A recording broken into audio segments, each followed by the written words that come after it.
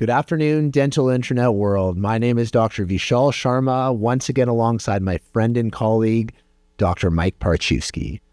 Mike, 45 and 47. No, they're not two teeth that oftentimes require endodontic therapy. It's the president. It's Inauguration Day, and what a time to kick off our inaugural podcast with Endodontics. Throw it over to our guest, Mike. Thanks, Vish. And maybe we'll get down to the root of the problem here. Did you watch any of the inauguration? I caught a little bit of it. I was off yesterday, so normally on Inauguration Day, I'm of course working digital dentistry, poking people in the mouths. But it was entertaining, regardless of what your political views are. We are in for an entertaining podcast and an entertaining 4 years of government down south. Yeah, I'm not sure if I can dance as well as Elon Musk there, but we'll move on from that. I ordered as many composite, or for our friends south of the border, composite supplies, because those tariffs that are coming in. Yeah, who knows? Stocked up on dental supplies. So yeah, root canal stuff's going to go through the roof here. So welcome, Tom. Tom Shackleton here, joining us today. He's a well-known Calgary-based dentist that has advanced training in pain management and endodontics. He is a faculty member with the Passion U education program with Passion Dental Group, where he mentors younger dentists on improving diagnosis and endodontic success. And we're really excited to have you with us, Tom. So very much appreciated. Thanks so much. It's a lot to live up to, but I appreciate you having me here. So, Tom, we're going to jump right into it. Of course, the podcast and the component that is near and dear to our heart is technological advancement. So recently, there's been some great evolutionary adaptations in the world of endo. Talk us through some of those advancements that are driving better outcomes. Oh, so many. Probably the biggest one is CBCT. I think, if you can't see it, you can't fix it. And so, it's funny, pre-COVID, the American Association of Endodontics and Canadian Academy of Endodontists, this sort of the guideline was, use it on specific cases, maybe retreats, surgical cases. COVID hit. And of course, everybody said, don't take any intraoral photos. So people who had CBCT were taking it on everybody. And there were some endodontists who used to say, you don't need CBCT. I'm not going to name any names, but you don't need CBCT. It's over-teching. You're fine. Just take a few bite wings and PAs and stuff. COVID hit, and they started taking their CBCTs. And now some of these guys are actually lecturing internationally about why we should be using CBCT for every case in endo. So, and I was that person, I was much more selective pre-COVID, and now we take it at every single patient, whether it's orthograde or not, because we can see the canal, we can see where it's calcified, we can see where it bifurcates, we can see, is it a 2-1-2? We can find the MV2, we can measure, we can see exactly from cusp to pulpal floor to canal where we want to go. We can see exactly where the canal exits, and that's critical for success, because if you take a PA, we're looking at the radiographic terminus, right? The minor constrictor might be 2 millimeters away from that. And now you're feeling, you got a bunch of gutta perches taking out in bone that doesn't need to be there. So I think from a diagnostic standpoint, we can see lesions. From a treatment standpoint, we know exactly where to access, especially if there's a crown on the tooth, because now all your anatomical landmarks are gone. Yeah. So, you see rotated teeth, and all of a sudden, I know exactly how to get into this tooth. To locating canals, to instrumenting canals, to obturating. So I think if you want to do the best endo, you got to have 3D imaging. Yeah, it's been a great standard practice, I think, in a lot of different disciplines. Mm-hmm. Endo being one that you can clearly see the benefits of it. Quick sort of side question on that. So when you are accessing through a crown, are you sort of pre-measuring where the pulpal floor will be, how much your access needs to be, how many millimeters from the buccal versus the mesial landmark in that way? 100%. And from my occlusal, and if I have a standard burr, I know by the time I'm out of my, I like a shoulder diamond. And I know that if I get to the shank when there's no more diamond left and I'm still drilling, I'm about to have a misadventure. But because crowns come in different heights, and there can be more porcelain or less porcelain, so we use our measuring tool all the time. And buccolingly, mesodistally, but also just from an occlusal down to the pulpal floor. So if I know I'm 7 millimeters and that's where I should be, and I'm not seeing anything, well, I need to stop, back away, What about Apex Locator? So do you still find that's helpful? Love them. Okay. Yep. So kind of combining both together really gives you So I'll measure. precision. Yeah, I measure several ways. So measure it preoperatively. I use my Apex Locator probably a couple times through the procedure. I kind of get an initial measurement, but as I'm instrumenting along, canals are going to shorten. So I'll kind of remeasure before I obturate. Imaging, paper points. So I'll the old adage of, measure twice, cut once. We kind of measure 7 times, obturate once. Nice. Yeah. How about cleaning and disinfection? I know that from, I'm not I don't do a ton of endo. I know Bish, both of us have, a lot of our endos gone to our associates, and actually a lot of my endo goes through to Tom. So look up Tom and for referrals, just a plug there. Thank you.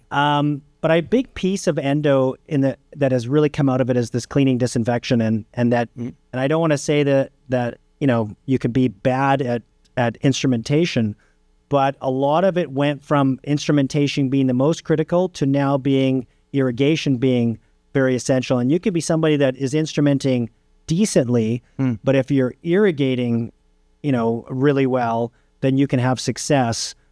What are you using now for those technologies for cleaning, disinfection? Yeah. So, once we're in a tooth, we only instrument so that we can irrigate and disinfect, right? And so we use our standard hypochlorite and a little needle disinfect, but canals are calcified. They're obviously often polluted. And so I'm currently using Gentle Wave, which I really like, which uses multisonic vibrations to blow everything out of there. It helps us get into lateral canals.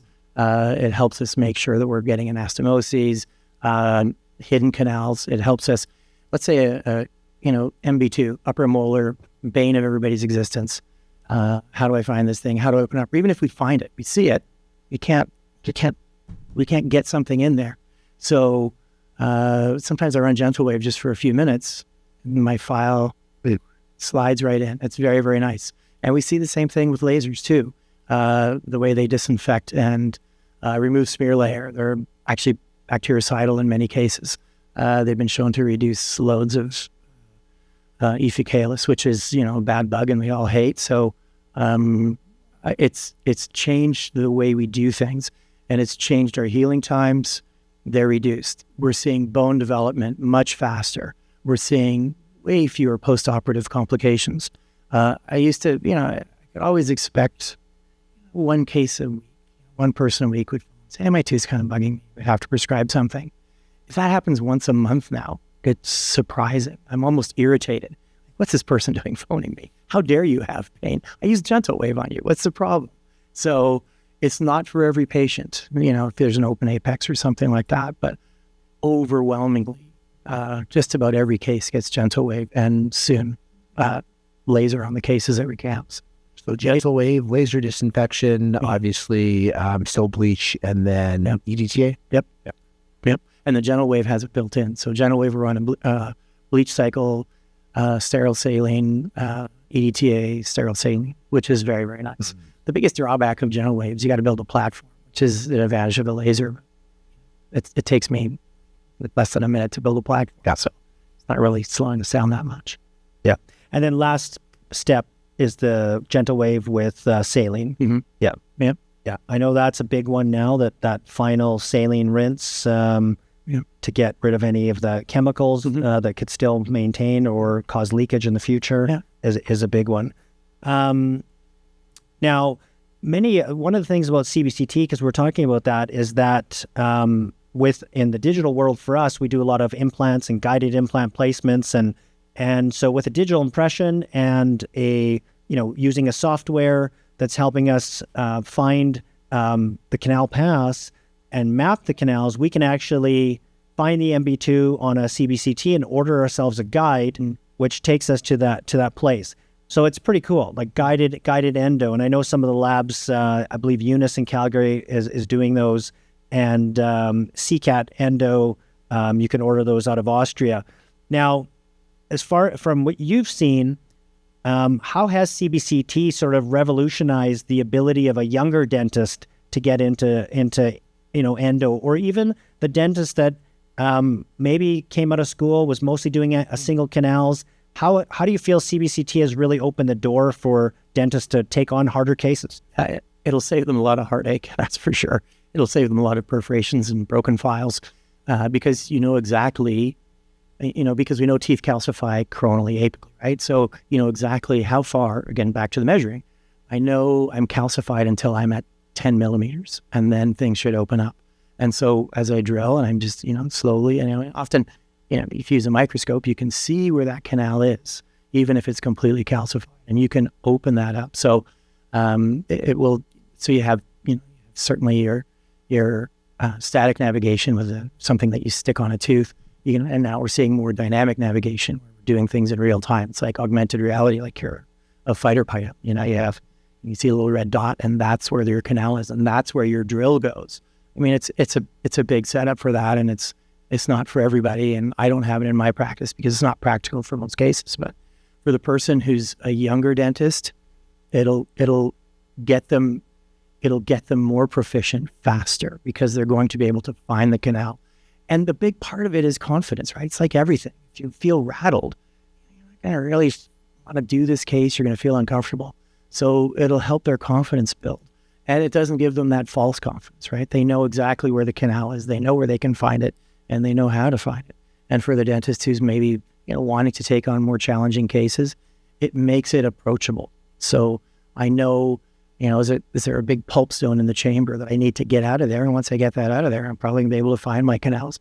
And look, there's the MB2, there's the DB, and I'm going to be able to instrument it, and patient's happy, you're happy, everybody's happy. Has there been a lot of talk on sort of guided endodontics or guided access openings? I know Mike and I were in Germany 7-8 years ago looking at it. So is that become a little bit more commonplace? Very common. You can't go to an endo meeting, especially the AAE or Canadian Academy, without several lectures on guided, on dynamic navigation. Interesting. For sure. This is almost motivating me. Almost, yeah. Endo. So, Tom, let's switch over to pain management. Yeah. And, so whether it's endodontics or other types of pain, Mike and I are big into using digital impressions to do an occlusal analysis or occlusal mapping. Yep. And it's helpful for us in determining whether people have excessive wear patterns, parafunction, et cetera.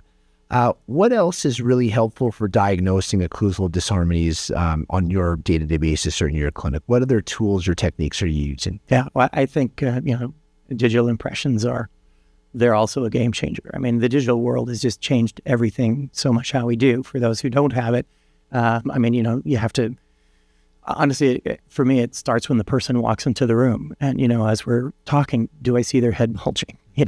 I love talking to people, and I'll say, I think you might be doing some daytime bruxing, and I'm not doing that at all, as their head is bulging. I say, you're doing it right now.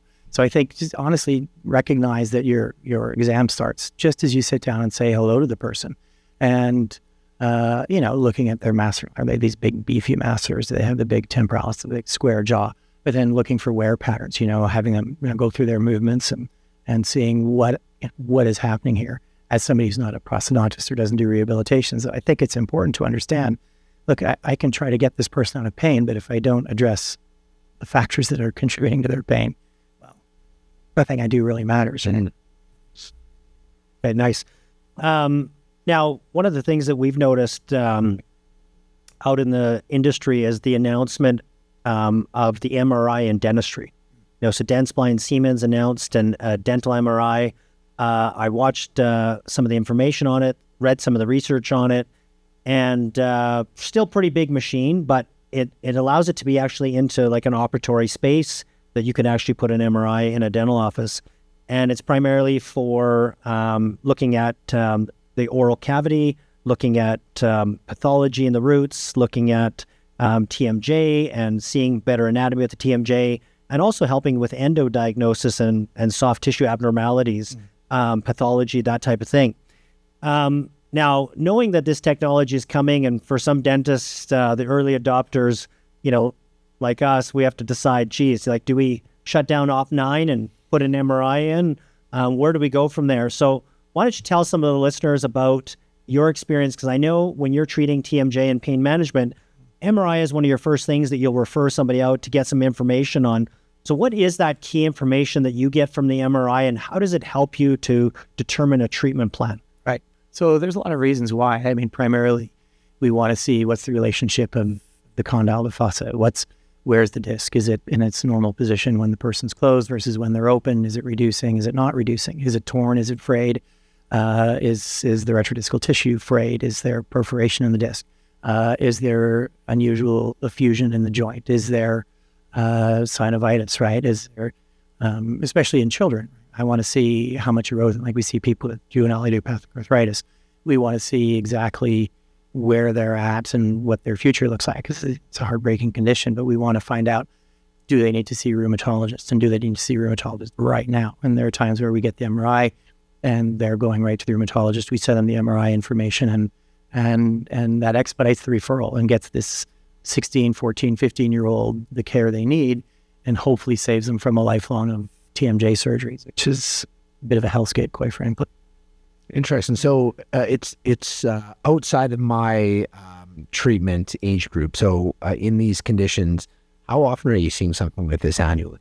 I mean, unfortunately, too much. Probably once a month, I'll see somebody under the age of 16 coming in with degenerative joint disease, and then even then, sometimes people between 16 and 25 where they have idiopathic condylar resorption, and we're seeing that once or twice a month, which is a lot. It's a lot. Yeah, sometimes even more frequently than that. So, so typically they're seeing their GP, maybe their MD, ENT, and then eventually coming to see you. Yeah, and that's where an MRI would be immensely beneficial. Absolutely. Yeah, and then so they're seeing a rheumatologist, and then they're going through a variety of treatments with them to try to reduce their inflammatory response. Yeah. Have they done anything like genetic testing to figure out, is this an IL-1? Yeah, those are tricky. It's becoming more prevalent. When I did my oral medicine training, a lot of it was, we're not sure about genetics, but in probably the last few years, that's at orofacial pain meetings or medicine meetings, that's coming up more and more.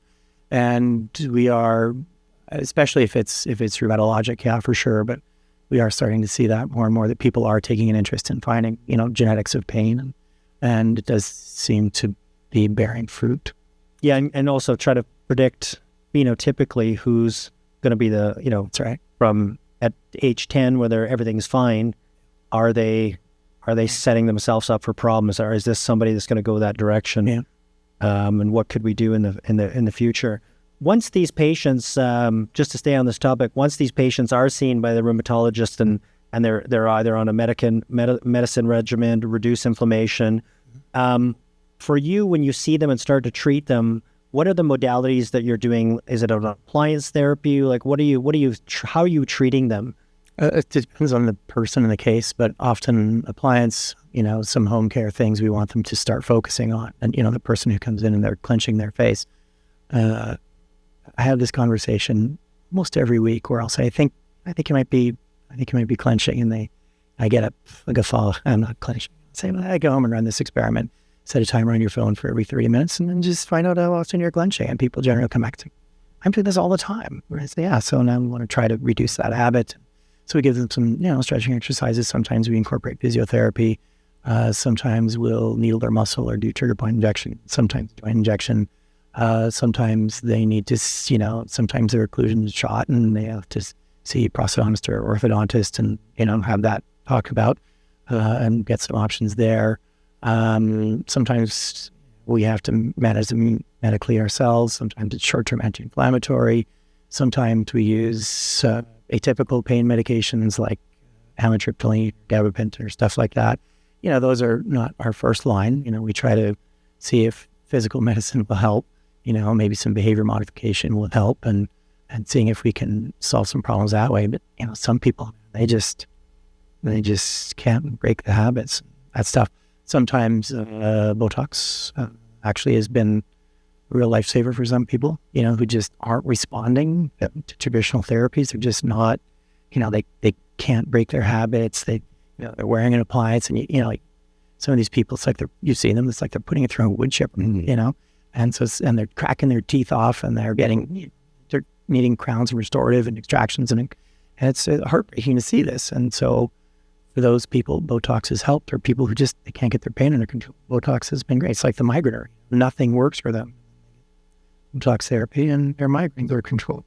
So Yeah, I found Botox effective. Admittedly, I think the pendulum in my practice has swung a little too much in that we now are looking for Botox as a primary solution. Yeah. But you're right. For the people who need it, truly is life changing. Yeah. Speaking of life, what is the plan for 2025 for life this year, Tom? Obviously, you're working with Passion U as a faculty member for them. What else do you have for training and for education that our listeners can look forward to? Yeah, thanks.